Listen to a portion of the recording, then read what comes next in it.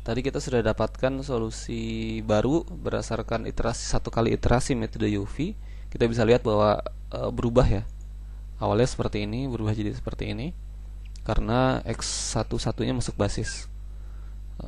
Karena berdasarkan perhitungan relatif, ini paling meningkatkan ya, X11 paling, bukan meningkatkan, paling membuat biaya menjadi semakin minimum.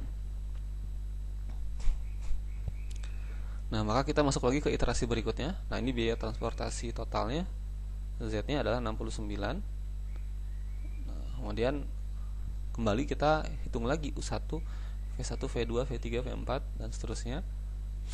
Nah, maka kita patok lagi U1 sama dengan 0.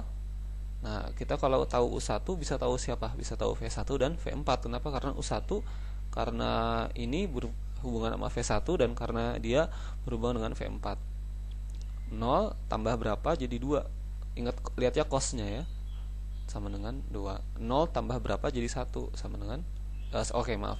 Kita bisa lihat ke bawah dulu. Titik-titik tambah 2 jadi 7 berapa? Sama dengan 5. Kemudian yang ini bisa kita cari juga. 5 tambah titik-titik jadi 6. Berarti berapa? Sama dengan 1. Kita bisa lihat yang ini. 0 tambah berapa jadi 1? Sama dengan 1. Kita juga lihat intersectionnya di sini kan ya.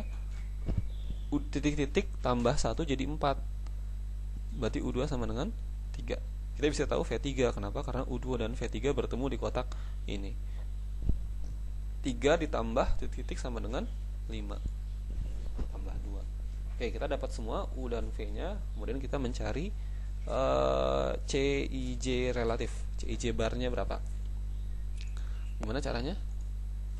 Lagi ya, 2 dikurang 0 tambah 1 sama dengan 1. 2 dikurang jumlah 0 dan 3, 0. Kemudian yang ini 10 dikurang 2 angka ini sama dengan 5. 8 dikurang 3 dan 1 4. 6 dikurang 5 dan 2 min 1. 8 dikurang 5 dan 1 2. Oke, ternyata masih ada yang negatif nih. Berarti masih ada yang bisa mengurangi nilai Z tadi. Berarti dia ini masuk basis karena dia yang paling negatif, yang lain positif dan bahkan atau 0. Oke, berarti ini kita tuliskan theta X3. Oke, X33 masuk basis. Pertanyaannya siapa yang keluar basis?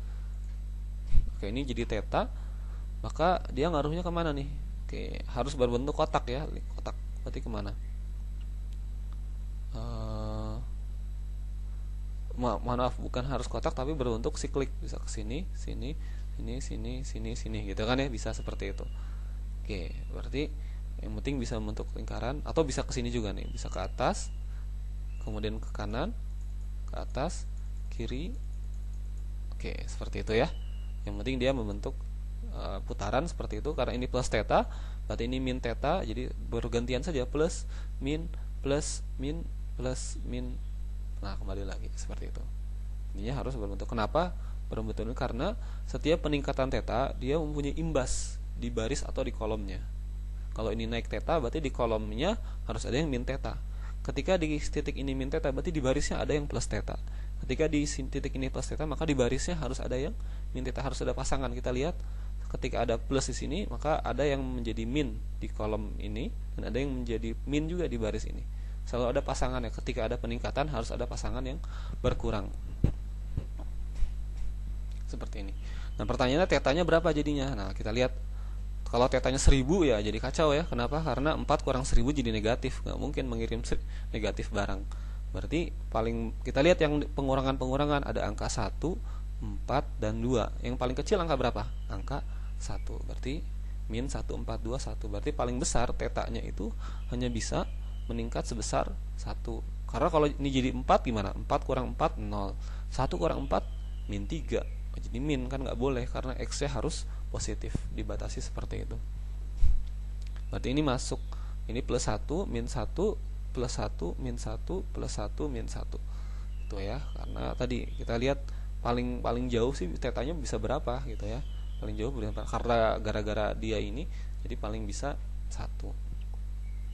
Karena ini jadi 0 gitu ya. 1 kurang 1 kan 0. Ini jadi berapa nih? Ini jadi 1, ini jadi 3. 3 tambah 1 jadi 4, ini jadi 0, ini jadi 3, ini jadi 1, ini tadi jadi 0. Karena dia jadi 0 maka bisa dikatakan dia keluar dari basis. Awalnya solusi jadi bukan solusi. Oke, maka ini jadi 0 ya. Maka seperti ini kita berubah, lihat ini awalnya bukan biru maka berubah jadi biru seperti ini. Nah, biaya transportasi totalnya menurun, awalnya 69 jadi 68. Dari mana? Seperti sudah kita pelajari, dikali ya, 3 kali 2 ditambah 3 kali 5 ditambah 4 kali 4 ditambah 1 kali 7 ditambah 3 kali 6 ditambah 1 kali 6. Maka total Z-nya adalah 68.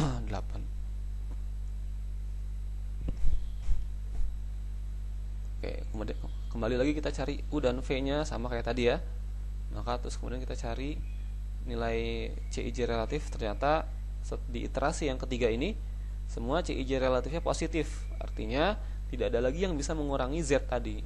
Maka bisa dikatakan ini adalah solusi optimal. Seperti itu ya. Ini adalah solusi optimal. Dan nilai tadi Z68 ini adalah nilai optimal. Solusi optimal. Seperti itu ya. Maka kalau dikatakan bagaimana solusi terbaiknya, pabrik 1 mengirim ke konsumen 1 sebesar 3, pabrik 2 mengirim ke konsumen 3 sebesar 3, pabrik 2 konsumen 4 sebesar 4, pabrik 3 ke konsumen 1 sebesar 1, pabrik 3 ke konsumen 2 sebesar 3, pabrik 3 ke konsumen 3 sebesar 1. Ini demikian adalah solusi optimal.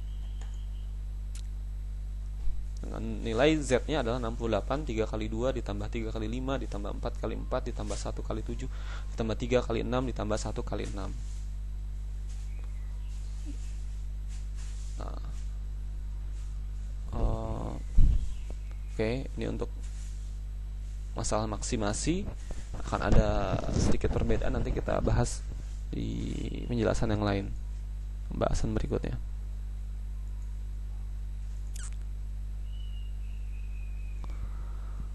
Oke,